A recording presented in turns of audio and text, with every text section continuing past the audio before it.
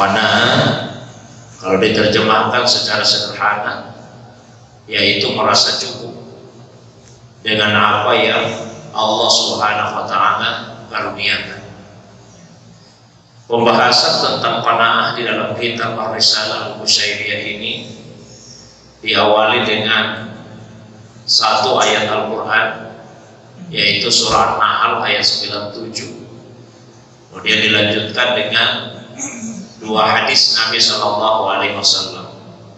Hadis yang pertama, hadis yang cukup pendek, yang sanadnya bersambung sampai kepada Jabir bin Abdullah, semoga Allah meridainya. Dan yang kedua yang sanadnya bersambung sampai kepada Abi Hurairah, semoga Allah Subhanahu wa taala meridainya. Ayat 97 dari surah An-Nahl yang dikutip oleh Imam Al-Qusyairi berbunyi, Bismillahirrahmanirrahim. Man amila salihan min zakarin aw unsa wa huwa mu'min falanuhyiyannahu hayatan thayyibah wa lanajziyannahum ajrahum bi ahsani ma kanu ya'malun.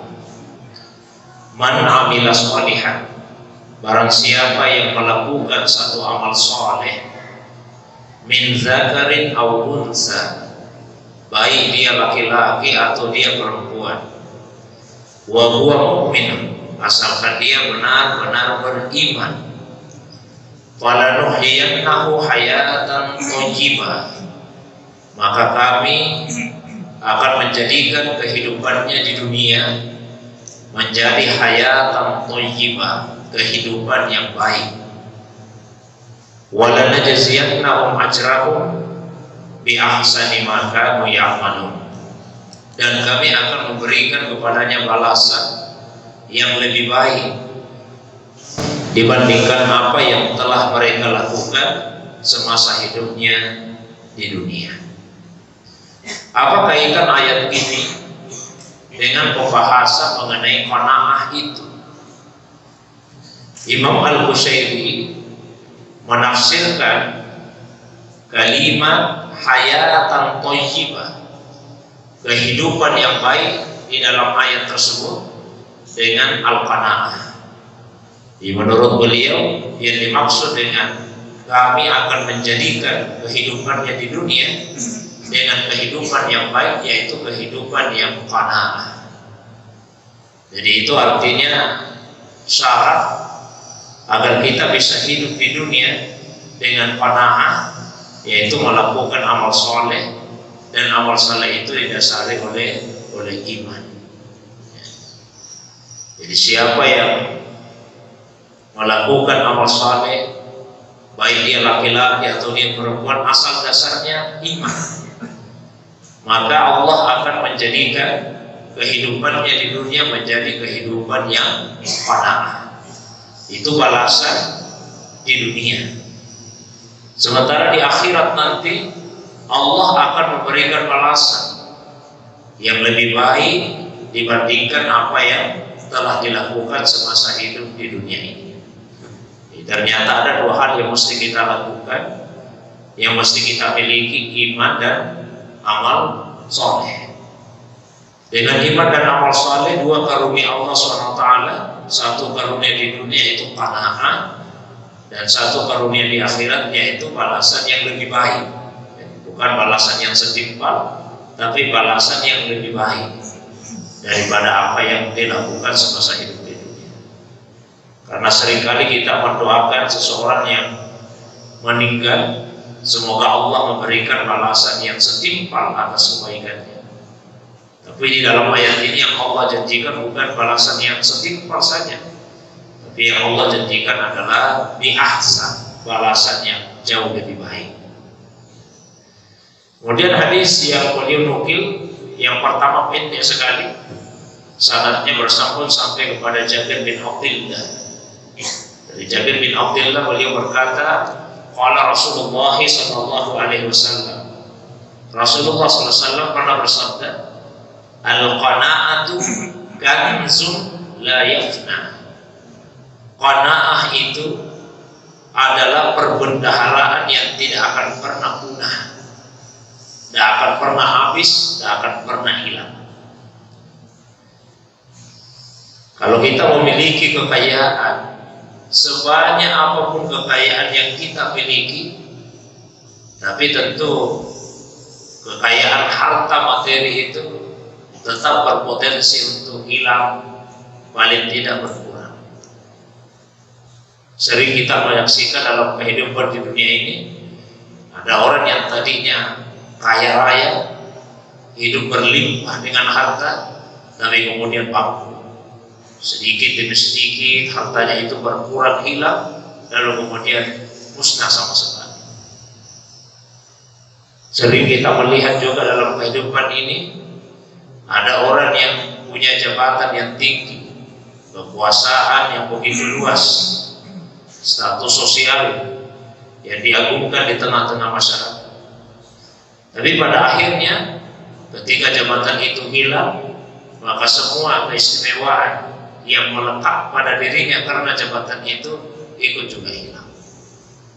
Tapi Nabi sampaikan, kalau seseorang memiliki sifat qanaah, merasa cukup dengan apa yang Allah berikan dalam hidupnya, maka itulah perbendaharaan yang tidak akan pernah punah, tidak akan pernah hilang.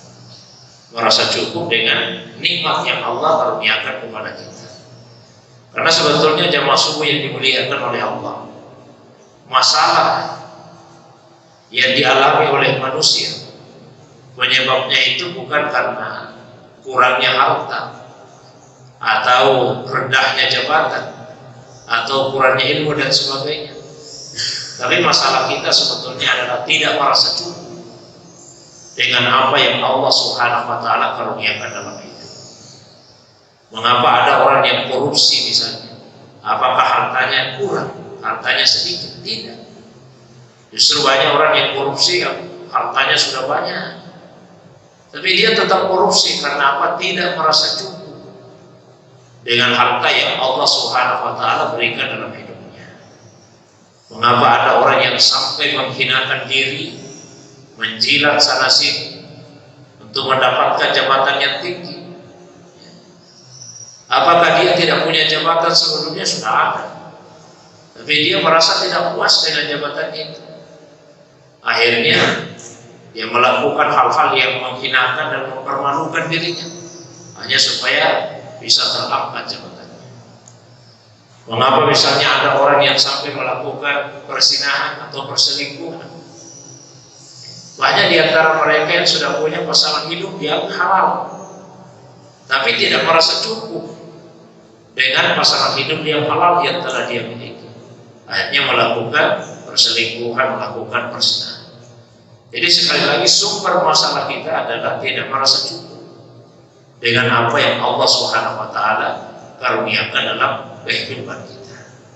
Sehingga Rasulullah SAW mengajarkan satu doa, Allahumma akfini bihalalika an haramik wa bita'atika an maksiatik. Ya Allah, cukupkan saya dengan yang halal supaya saya terjauh dari yang haram, dan cukupkan saya dengan ketaatan kepadamu supaya saya terhindar dari mendurhakai, dari berbuat maksiat kepadamu. Kita minta di dalam doa tadi perasaan cukup dengan hal-hal yang halal yang telah Allah Subhanahu wa taala berikan kepada kita. Merasa cukup dengan harta halal supaya tidak lagi tergoda untuk mencari yang haram. Merasa cukup dengan pasangan hidup yang halal supaya tidak lagi mencari cara yang haram untuk memuaskan syahwat kita. Merasa cukup dengan jabatan yang Allah SWT titipkan kepada kita, sehingga tidak sampai menghinakan diri, mempermalukan diri untuk berusaha meninggikan jabatan kita. Terkadang manusia menempuh hal-hal yang haram karena hanya melihat zahirnya saja, padahal tanpa disadari yang haram itu yang justru merusak yang halal. yang sudah Allah Subhanahu wa taala kurniakan dalam kehidupan kita.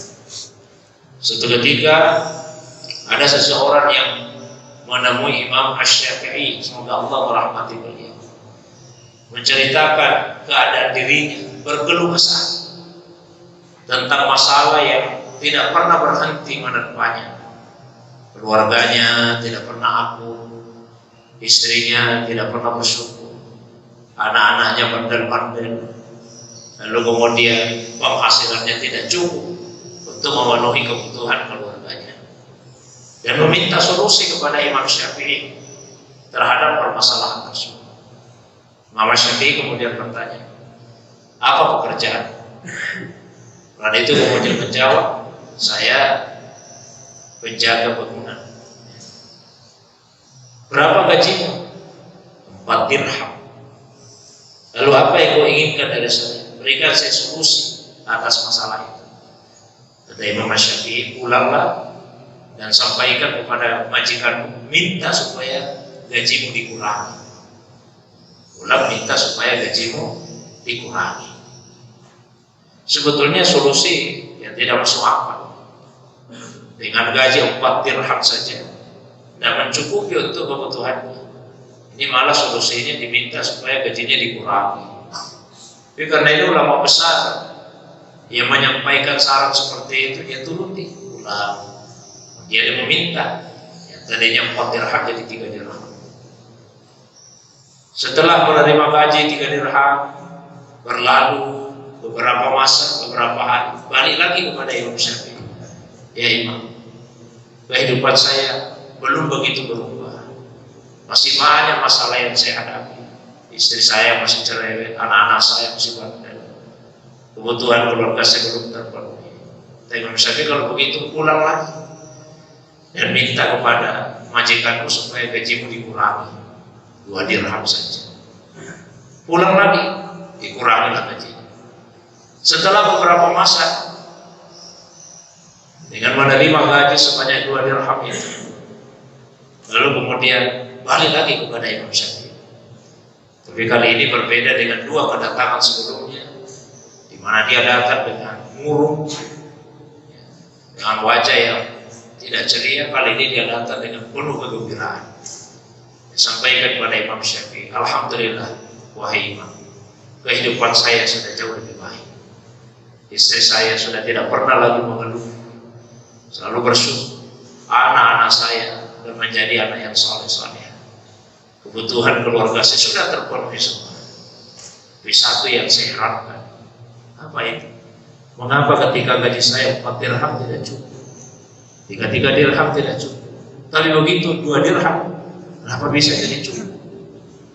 Kata Imam Syafi'i, karena sebetulnya dengan pekerjaanmu itu, gaji yang layak untuk kamu dapatkan itu memang 2 dirham.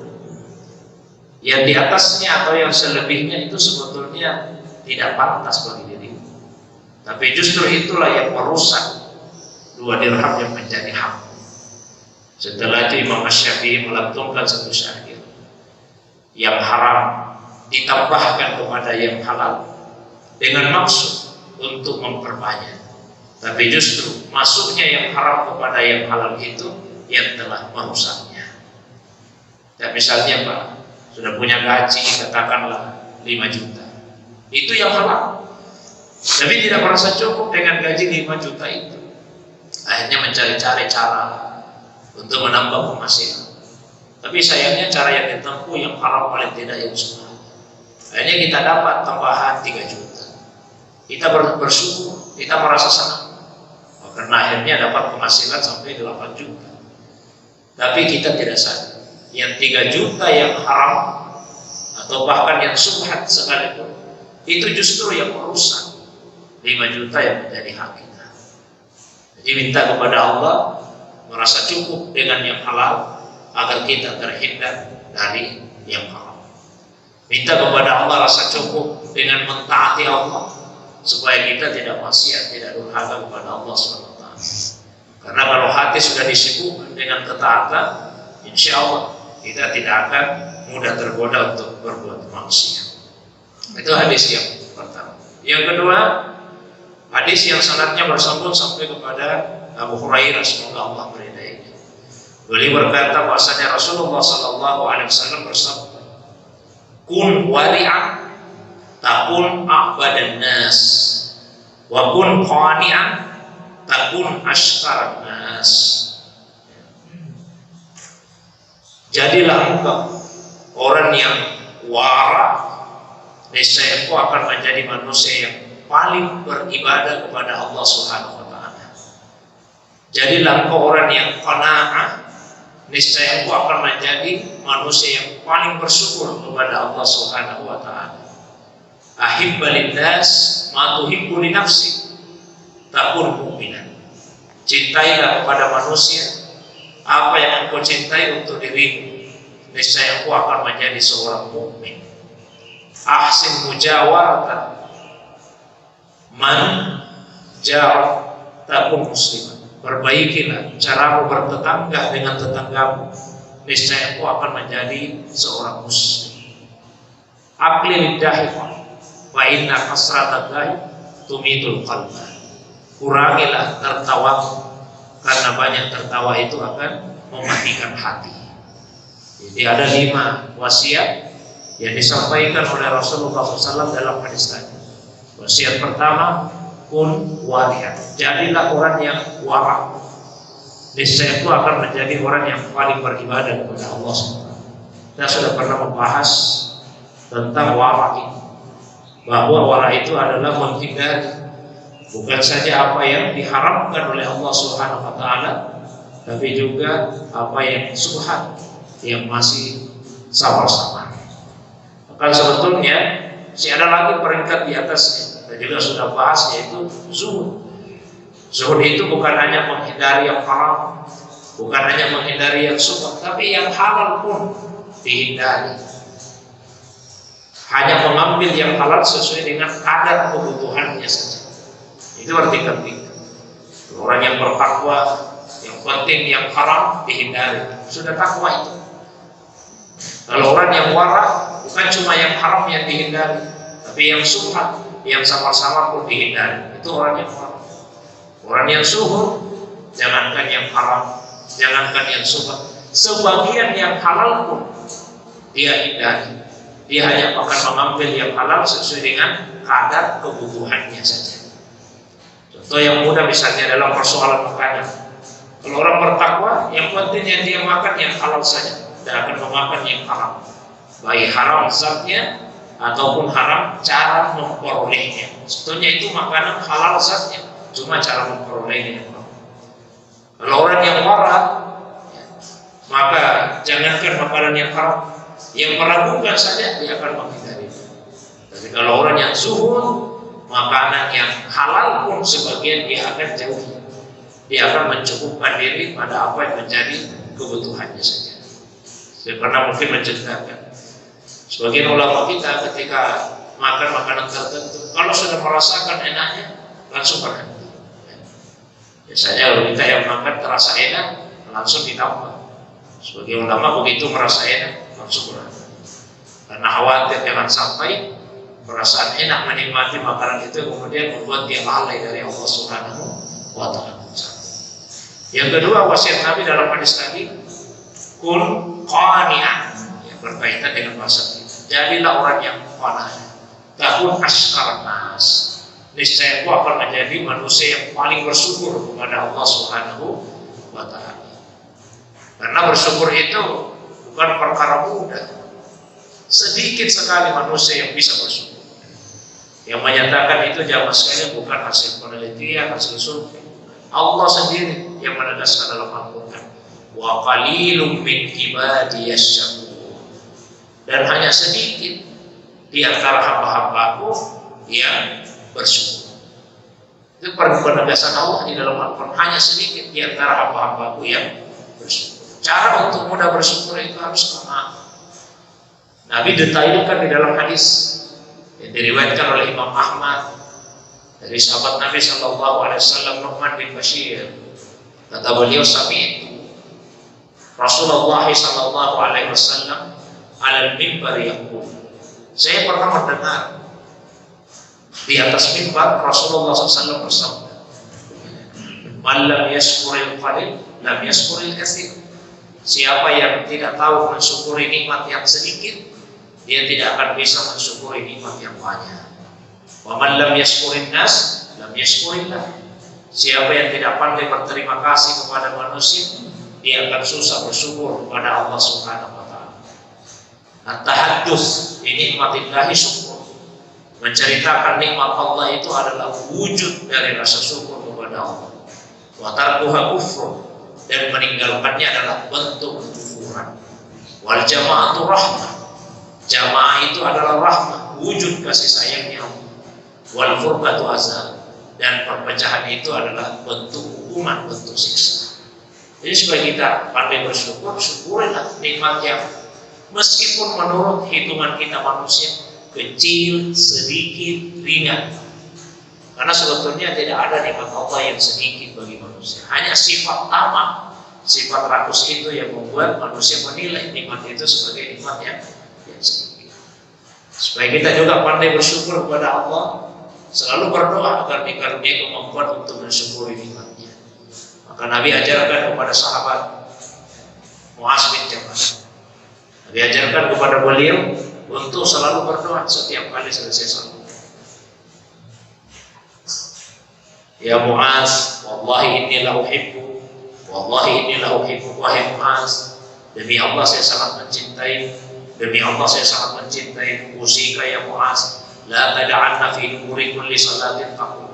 Didorong oleh rasa cinta kepada Muaz, saya berpesan, jangan sekali-kali kamu tinggalkan setiap kali selesai salat untuk membaca Allahumma a'inni ala zikrika wa syukrika wa husni ibadatika. Ya Allah, bantu saya ala zikri, untuk mengingatmu, wa syukrika, dan untuk bersyukur kepadamu, wa husni ibadati, dan supaya saya bisa memperindah ibadahku kepadamu. Itu yang saya salat. Kita minta inayah kepada Allah agar dikaruniai 3 hal: kemampuan berzikir, kemampuan bersyukur, dan kemampuan untuk memperindah ibadah kita. Ya maksudnya yang dimuliakan Allah. Wasiat Nabi yang berikutnya adalah hadis tadi, cintailah untuk orang lain apa yang kita cintai untuk diri kita. Niscaya kita akan menjadi orang yang beriman, jadi orang yang senantiasa mendapatkan perasaan aman, kesejukan. Kalau kita mencintai untuk orang apa yang kita cintai untuk diri kita, tentu konsekuensinya kebalikannya. Jangan menimpakan kepada orang lain sesuatu yang dia tidak sukai, sebagaimana kita juga tidak ingin diperlakukan dengan apa yang kita tidak sukai. Lalu yang keempat, pesan Nabi SAW, perbaikilah caramu bertetangga dengan tetangga-tetangga. Niscaya kau akan menjadi seorang muslim, orang yang selamat. Sikap yang baik kepada tetangga itu juga menjadi satu di antara ciri orang yang benar-benar beriman kepada Allah SWT dan beriman kepada hari akhir. Sebaliknya, suatu ketika Rasulullah SAW di atas mimbar dengan suara yang sangat keras, yang meninggi, wajah yang memerah, kemudian beliau mengucapkan, wallahi la yu'min, wallahi la yu'min, wallahi la yu'min. Demi Allah orang itu tidak beriman, demi Allah orang itu tidak beriman, demi Allah orang itu tidak beriman. Setelah itu ada seorang sahabat, dia nongakkan kepalanya, bertanya kepada Nabi, wa man la yu'min ya Rasulullah, siapa itu yang tidak beriman ya Rasulullah? Kata Nabi, wallahi la yu'min man la ya'manu jaru bawaika. Demi Allah tidak beriman seseorang yang tetangganya tidak merasa aman dari gangguannya. Suatu ketika ada sahabat datang menemui Nabi, lalu bercerita, ya Rasulullah, inna li jaratun, sekunya seorang tetangga wanita, tusalli lailah, rajin sekali salat malam, tidak usah dicerita salat wajibnya. Ya, tasumu nahara, rajin sekali puasa sunnah, apalagi puasa wajib. Satu saja kekurangannya, apa itu? Lidahnya panjang. Lidahnya panjang. Senang sekali menceritakan keadaan kekurangan, cacat aib dari tetangga-tetangganya. Cerai sekali. Lalu dia bertanya, di mana tempatnya orang yang seperti itu ya Rasulullah di hari kemudian? Secara tegas Nabi sampaikan, dia fitnah, tempatnya di neraka. Paling terakhir jamaah sekalian, wasiat kelimanya Nabi, kurangilah tertawa, karena terlalu banyak tertawa itu bisa mematikan hati kita. Dan juga pernah sampaikan sebuah hadis di mana Nabi menyatakan, "Lau ta'lamuna ma'alam," seandainya kalian tahu yang saya tahu, maka labakaitum katsiran wa ladahaktum qalilan. Kalian akan lebih banyak menangis dan hanya sedikit saja tertawanya.